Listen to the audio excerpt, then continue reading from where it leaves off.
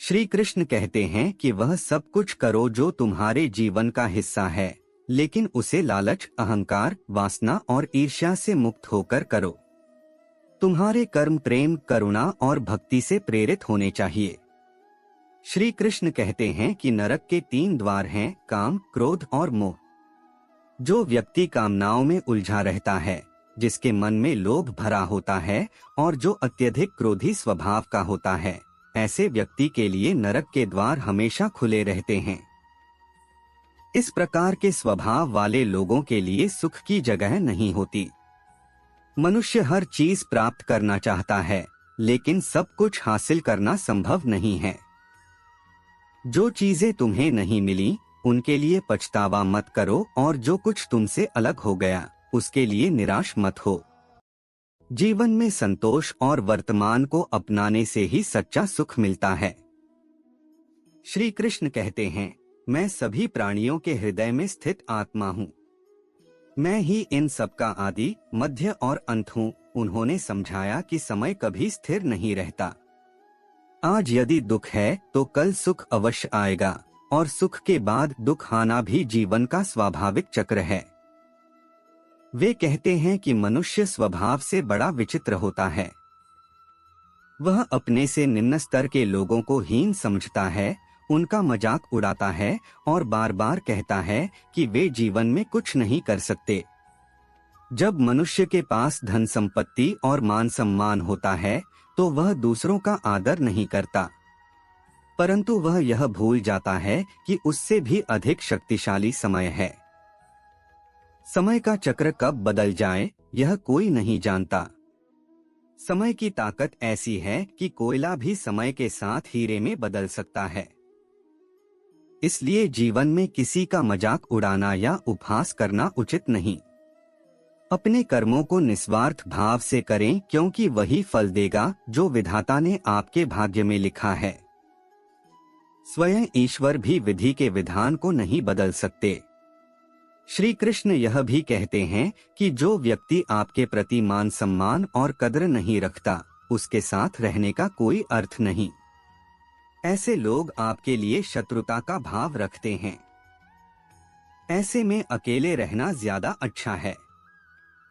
इस जीवन में अधिक सरल और सीधे स्वभाव का होना भी कभी कभी नुकसानदेह होता है, क्योंकि लोग इसका अनुचित लाभ उठाते हैं। श्री कृष्ण कहते हैं, जो कुछ भी होता है वह अच्छे के लिए ही होता है। विपरीत परिस्थितियां भी हमारे जीवन में सकारात्मक बदलाव लाने के लिए आती हैं। मैं किसी का शत्रु नहीं हूं और न ही किसी का प्रिय। मेरे लिए निर्धन और धनी सब समान हैं। लेकिन जो भक्ति और प्रेम से मुझे स्मरण करता है, मैं उसका हूँ और वह मेरा। श्री कृष्ण यह भी कहते हैं कि वे किसी के भाग्य के निर्माता नहीं हैं। व्यक्ति स्वयं अपना भाग्य अपने कर्मों से बनाता है। जैसे आप बीज बोते हैं, वैसी ही फसल आप काटते हैं। आपके कर्मों का फल आपको उसी के अनुरूप मिलेगा। यदि कोई विद्यार्थी मन लगाकर पढ़ाई करता है तो वह परीक्षा में निश्चित ही सफल होगा। इसी प्रकार हर व्यक्ति का भाग्य तभी बदलता है जब वह मेहनत और समर्पण से अपने कर्म करता है। भ्रम और संदेह को त्याग कर यदि आप भगवान की भक्ति में रम जाते हैं तो आप हर चीज में प्रेम और संतोष महसूस करेंगे। श्री कृष्ण कहते हैं, क्या आपने कभी किसान को खेत जोतते देखा है?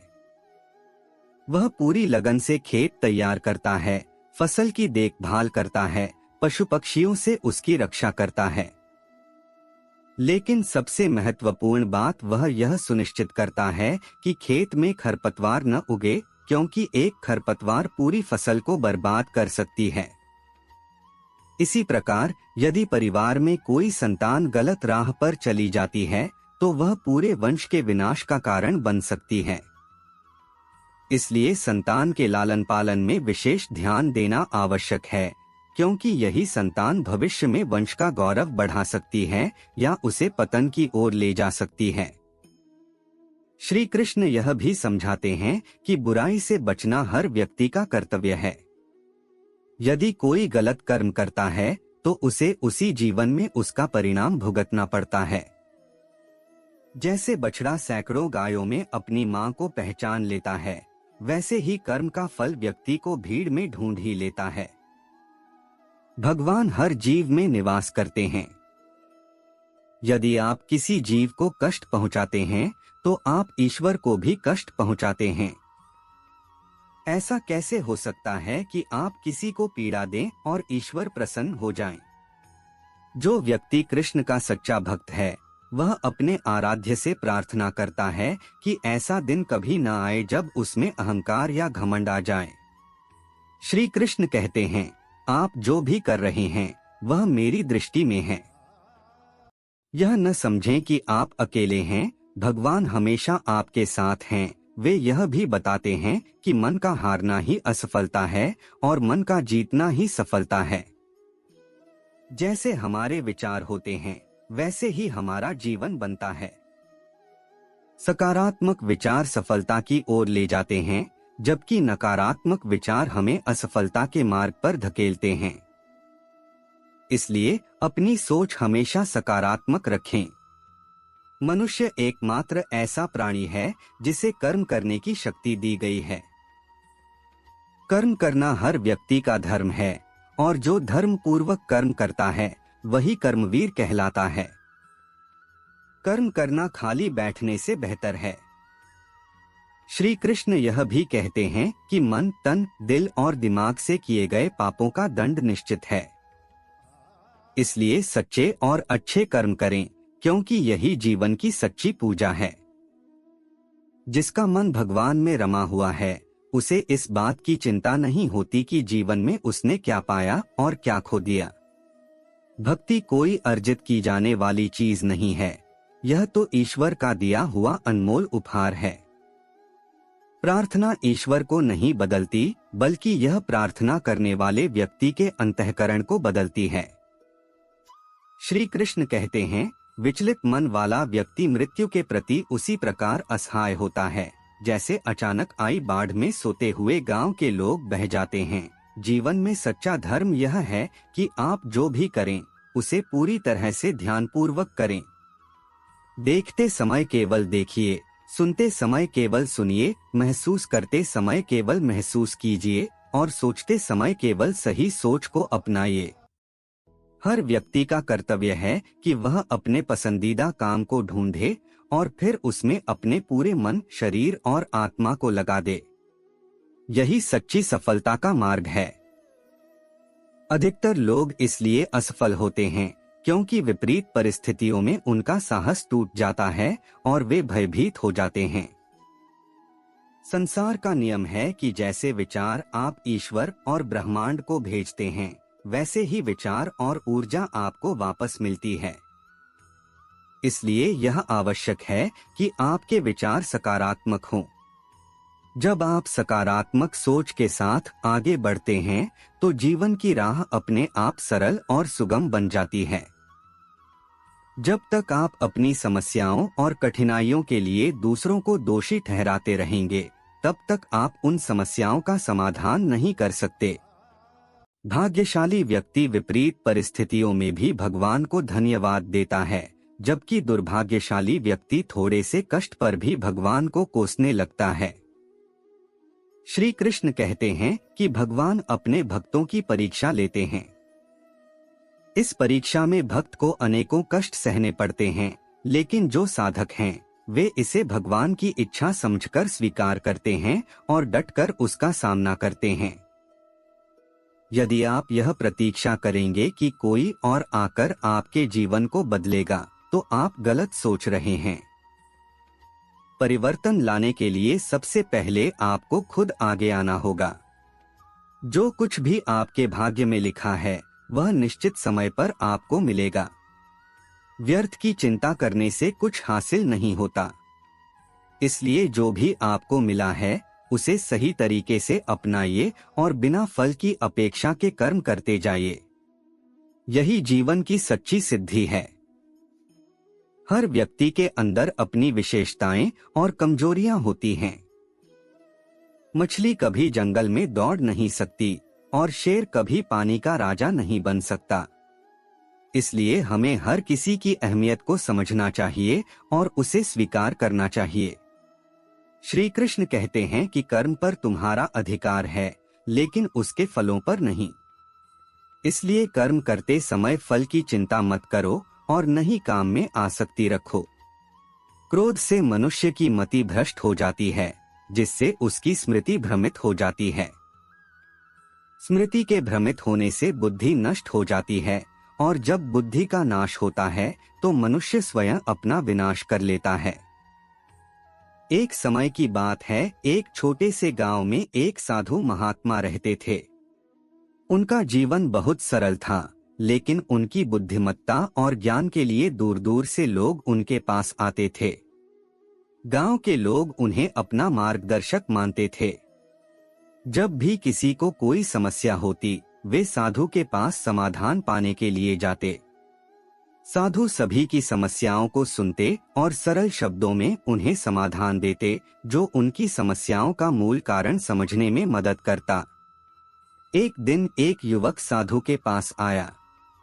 उसके चेहरे पर थकान और निराशा साफ झलक रही थी। उसने साधु से कहा, महाराज, मैं अपने जीवन से बेहद परेशान हूँ। मैं बहुत मेहनत करता हूँ, दिन रात एक कर देता हूँ, लेकिन मुझे सफलता नहीं मिलती। मेरी सभी कोशिशें बेकार जाती हैं। ऐसा क्यों होता है? क्या मेरी मेहनत व्यर्थ है? साधु ने उसे ध्यान से सुना और मुस्कुराते हुए बोले, बेटा, जीवन की कई गहराइयों को समझने के लिए केवल सुनने से काम नहीं चलता, उसे अनुभव करना पड़ता है। आओ मैं तुम्हें एक सरल उदाहरण से समझाता हूँ।